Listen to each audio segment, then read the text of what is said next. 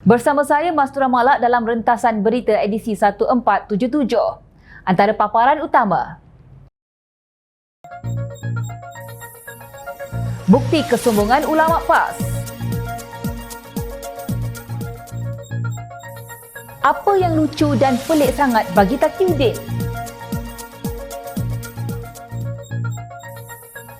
Fitnah kemudian minta maaf.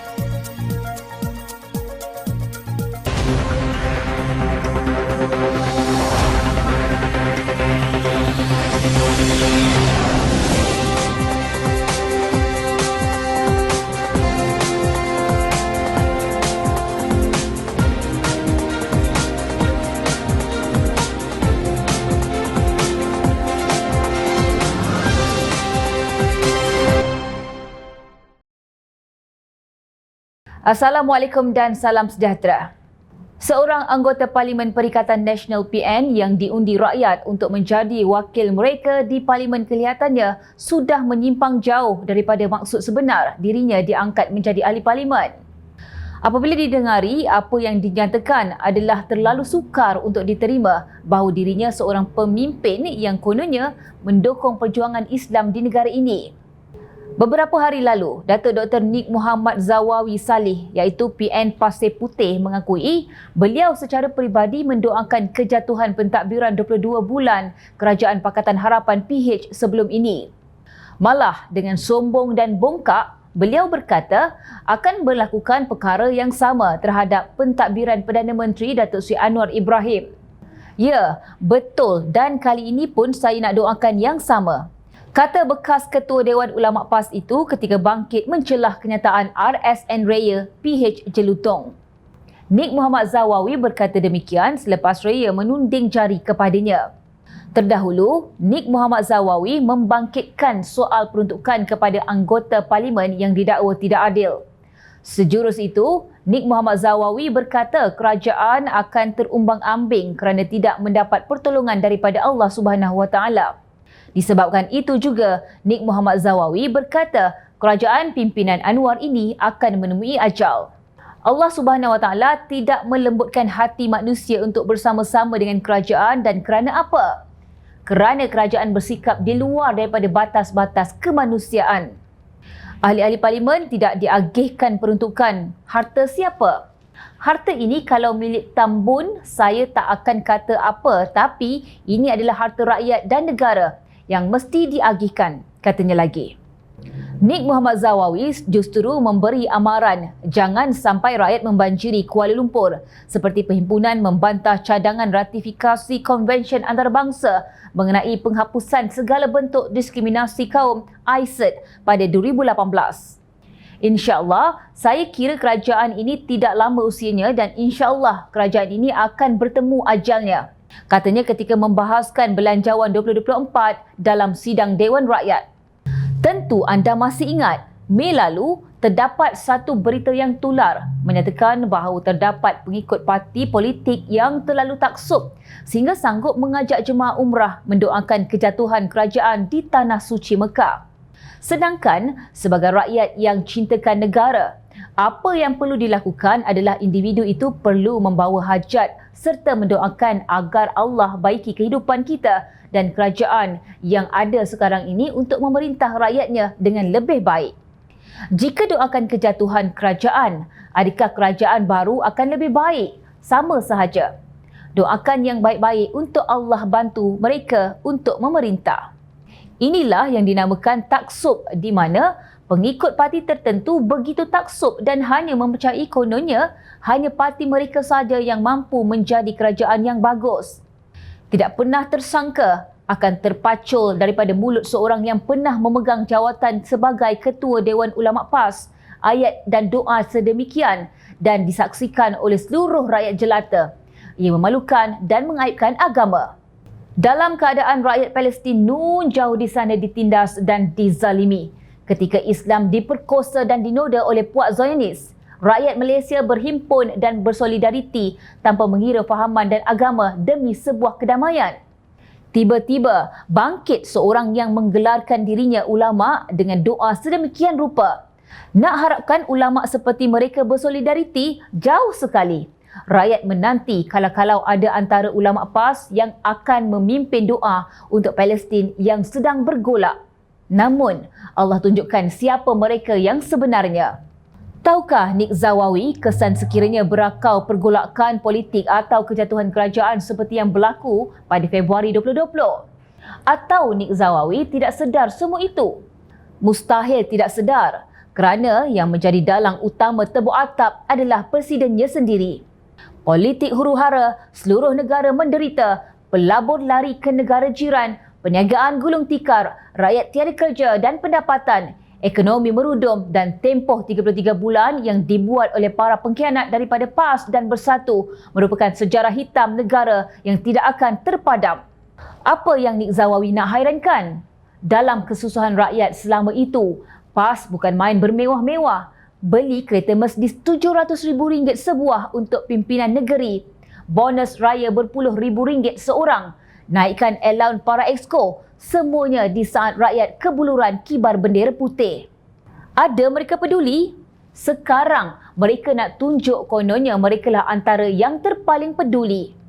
Sedihnya Malaysia dikurniakan orang alim dan mendakwa mereka ulama, tetapi begini sikap mereka terhadap rakyat dan negara. Sombong, angkuh, belagak dan meninggi diri.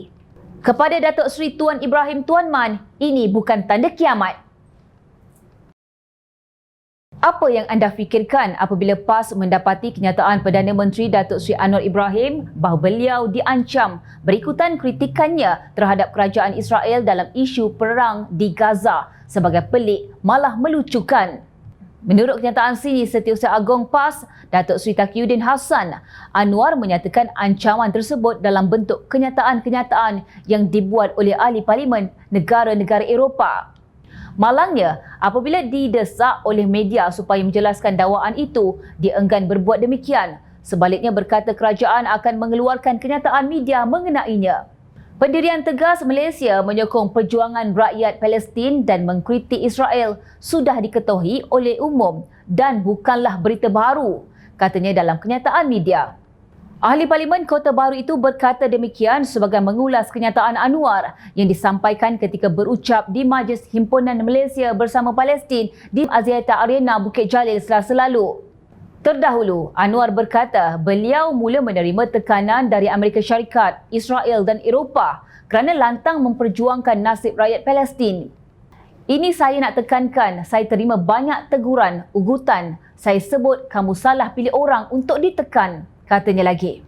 Taqiyuddin berkata bekas-bekas Perdana Menteri sama ada Tun Dr. Mahathir Mohamad, Tun Abdullah Ahmad Badawi, Datuk Seri Najib Razak, Tan Sri Mahyadin Muhammad Yassin mahupun Datuk Seri Ismail Sabri Yaakob diketahui sangat lantang dalam isu ini, namun tiada pula mereka dilaporkan diancam.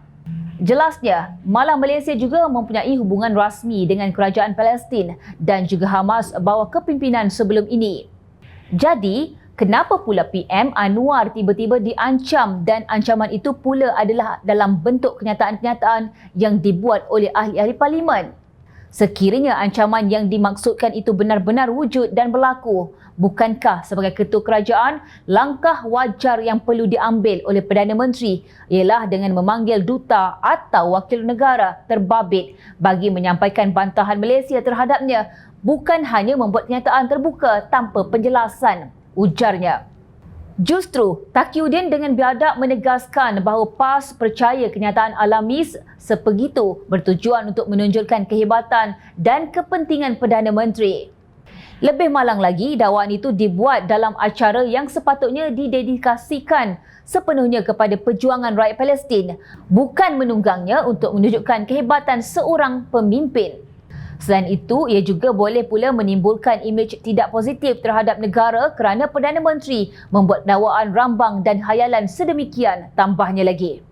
Hebat betul penghayatan PAS dalam bab-bab sebegini. Adakah ianya sesuatu yang selalu dipraktikkan PAS selama ini?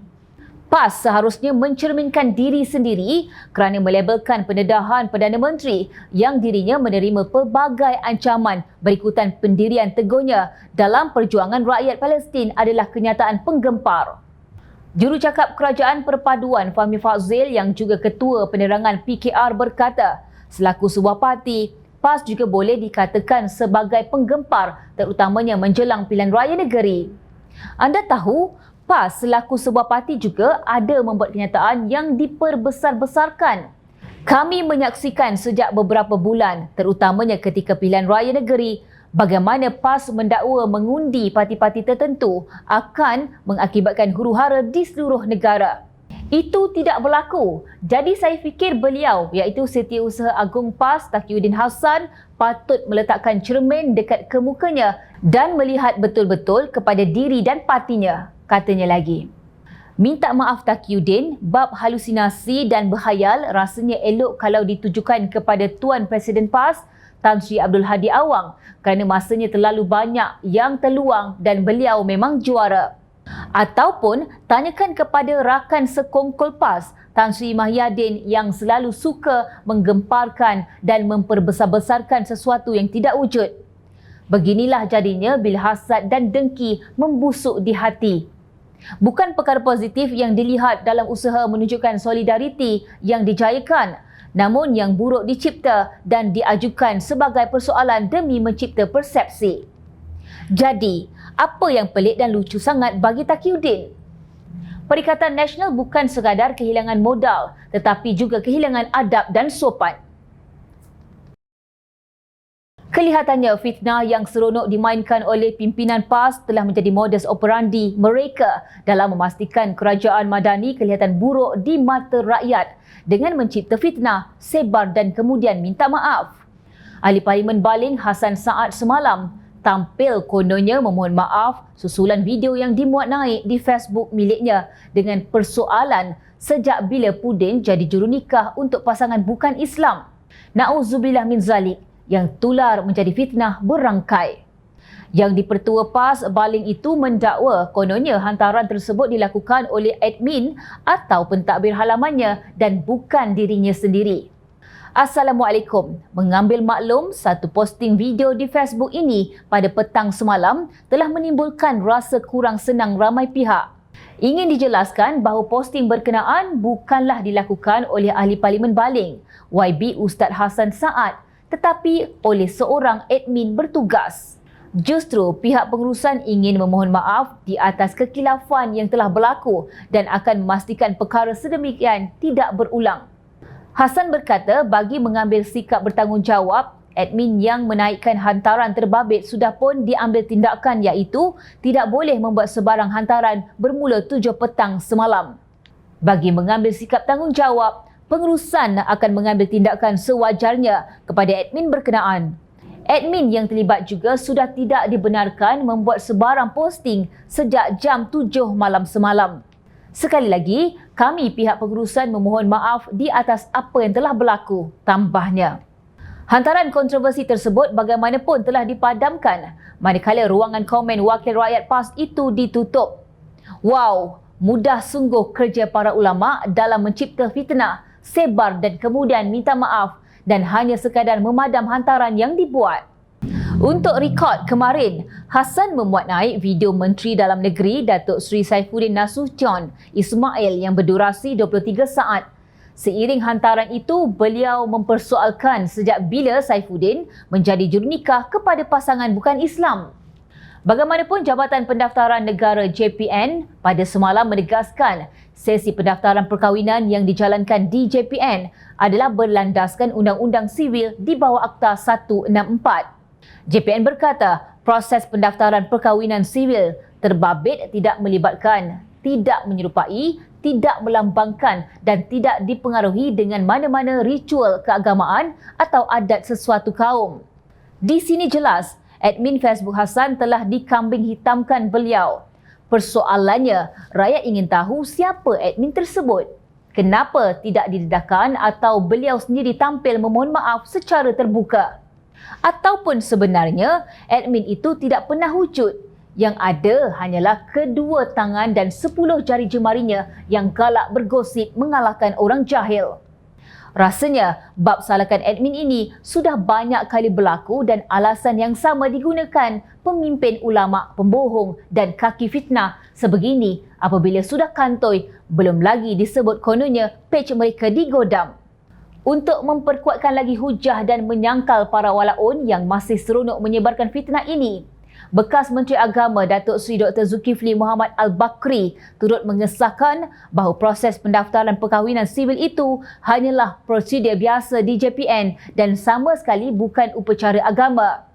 Proses pendaftaran perkahwinan sivil oleh Menteri Dalam Negeri Datuk Seri Saifuddin Nasution Ismail yang tular di media sosial semalam tidak melibatkan sebarang upacara keagamaan. Jelas bekas Menteri Agama Datuk Seri Dr. Zulkifli Mohammad Al-Bakri, upacara perkahwinan agama Hindu membabitkan 3 prasyarat utama dan ada pun video yang tular itu adalah prosedur biasa di Jabatan Pendaftaran Negara JPN.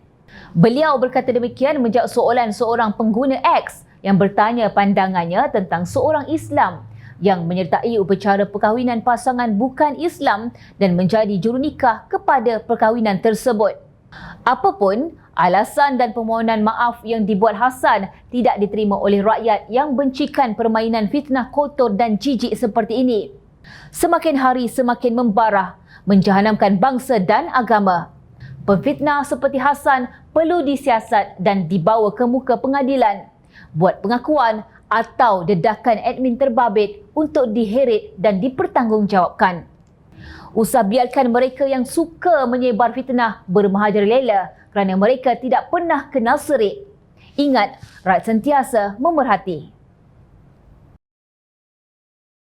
Jom Channel ingin mengucapkan jutaan terima kasih kepada para penyokong Jom Channel dan kepada anda yang berminat untuk memberikan sumbangan bagi membolehkan kami meneruskan perjuangan menyampaikan berita yang benar. Sumbangan boleh dibuat melalui akaun bank yang tertera.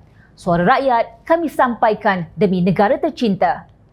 Teruskan bersama kami di Jom Channel untuk mendapatkan berita politik tanah air. Saya Mas Romala, Assalamualaikum dan jumpa lagi.